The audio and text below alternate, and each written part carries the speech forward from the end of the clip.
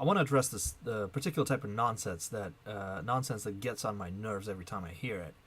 Um, Tax cuts that aren't paid for.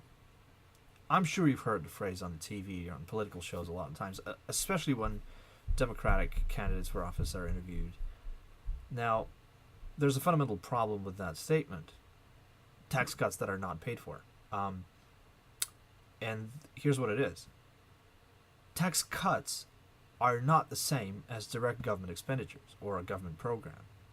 A government program is something that government does by hiring people, putting them behind desks, putting them on the phones, whatever the way they choose to administer a particular program. There's a direct expense, or they disperse funds to, I don't know, like farm subsidies or whatever. That's a program that and any program needs funds that have to be raised to finance that program. A tax cut is not a government program. Tax cut is simply people keeping more of the money that they make by working, investing.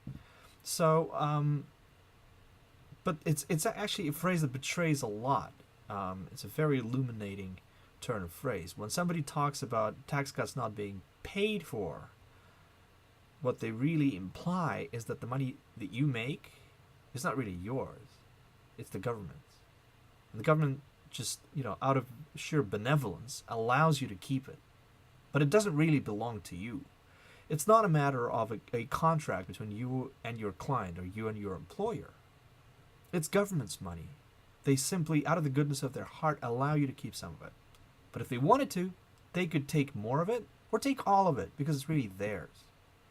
That is what this kind of phrase betrays when I hear it. Think about it.